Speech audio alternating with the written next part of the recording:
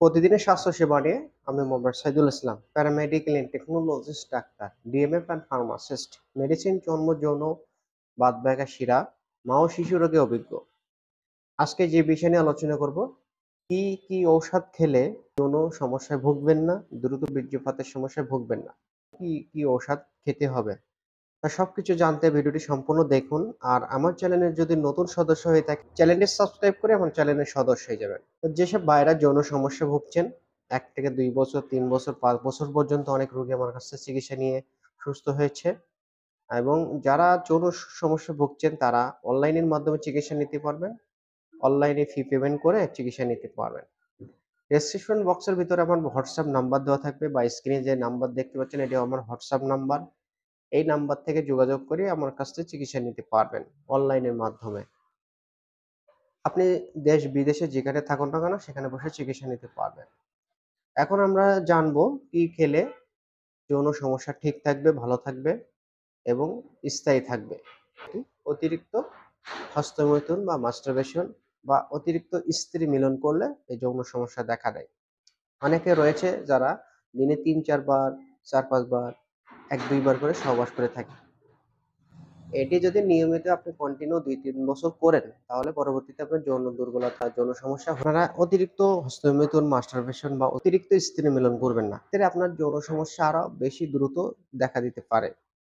আপনি 2-3 দিন পর বা 1 সপ্তাহ পর যৌন মিলন করলে আপনার যৌন সমস্যা ঠিক থাকবে, স্থায়ী থাকবে।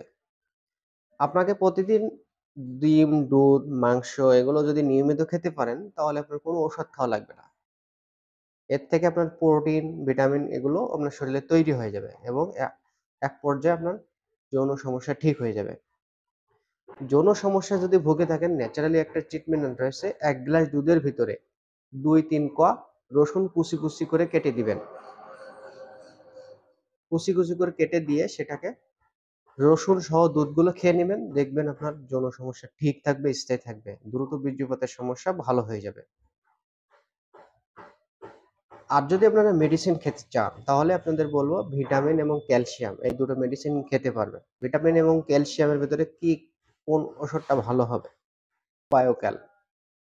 বায়োক্যাল ডি, ডিএক্স রয়েছে। যেকোনো একটা খেতে হবে। পাশাপাশি আপনাকে ভিটামিন খেতে হবে। মাল্টিভিটামিন, মাল্টিমিনারেল, যে A to Z ভিটামিন এর ভিতরে রয়েছে সেই ভিটামিন। স্ট্রং গোল্ড শরীরের ভিটামিনের চাহিদা পূরণ করবে। অনেক সময় অনেক রোগী রয়েছে যে যাদের ঘুমটা ঠিক মতন হয় না, টেনশনে ভুগে থাকেন, সেক্ষেত্রে দ্রুত বীর্যপাতের সমস্যা হয়ে থাকে।